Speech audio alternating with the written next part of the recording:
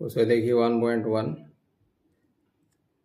Class 8 4 দাগের অঙ্কটা। মিহিরদের আয়তক্ষেত্রাকার বাগানের দৈর্ঘ্য 50 মিটার এবং প্রস্থ 30 মিটার।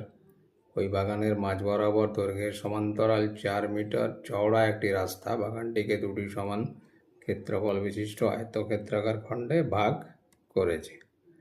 রাস্তাটির ক্ষেত্রফল এখানে দেখো আমরা ছবিটা এঁকেছি। এইটা আয়তক্ষেত্রাকার বাগান, 50 মিটার দৈর্ঘ্য, 30 মিটার প্রস্থ। ওই বাগানের মাঝ বরাবর, মানে এই যে এই মাঝ বরাবর 4 মিটার চওড়া একটি রাস্তা আছে। এখানে আমাদের রাস্তার ক্ষেত্রফলটাই বার করতে হবে। তাহলে রাস্তা সমেত পুরো বাগানটির ক্ষেত্রফল দৈর্ঘ্য ইন্টু প্রস্থ, মানে 50 ইন্টু 30, 1500 বর্গ মিটার। এবার এটা হওয়ার জন্য কি এটা দুটো পার্টে ভাগ হয়ে গেল বাগানটা। তাহলে এক খণ্ড আয়তাকার জমির দৈর্ঘ্য 50 মিটার, কিন্তু প্রস্থটা দেখো, এইদিকে প্রস্থটা কি হচ্ছে, এদিক থেকে 4 মিটার, এদিক থেকে 4 মিটার বাদ চলে যাচ্ছে। তাহলে 30 - 4/2 এটা করলে হয়ে যায় তোমার 13 মিটার।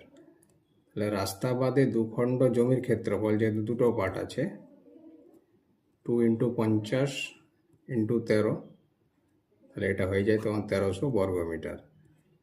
এটা রাস্তা বাদে দুখণ্ড জমির ক্ষেত্রফল। তাহলে রাস্তার ক্ষেত্রফল কী হবে, সমস্ত জমির ক্ষেত্রফল আর দুখণ্ড জমির ক্ষেত্রফল বিয়োগ করলে আমরা পেয়ে যাচ্ছি 200 বর্গ মিটার রাস্তার ক্ষেত্রফল।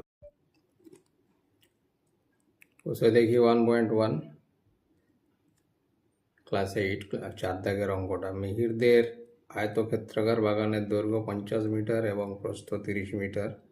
ওই বাগানের মাঝ বরাবর দৈর্ঘ্যের সমান্তরাল 4 মিটার চওড়া একটি রাস্তা বাগানটিকে দুটি সমান ক্ষেত্রফল বিশিষ্ট আয়তক্ষেত্রাকার খণ্ডে ভাগ করেছে। রাস্তাটির ক্ষেত্রফল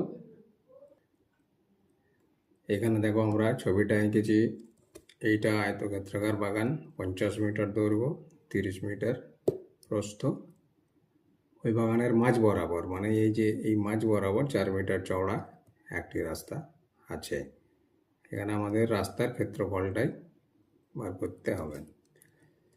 তাহলে রাস্তা সমেত পুরো বাগানটির ক্ষেত্রফল দৈর্ঘ্য ইন্টু প্রস্থ, মানে 50 × 30, 1500 বর্গ মিটার। এবার এটা হওয়ার জন্য কি এটা দুটো পার্টে ভাগ হয়ে গেল বাগানটা। তাহলে এক খণ্ড আয়তাকার জমির দৈর্ঘ্য 50 মিটার, কিন্তু প্রস্থটা দেখো, এইদিকে প্রস্থটা কি হচ্ছে, এদিক থেকে 4 মিটার, এদিক থেকে 4 মিটার বাদ চলে যাচ্ছে। তাহলে 30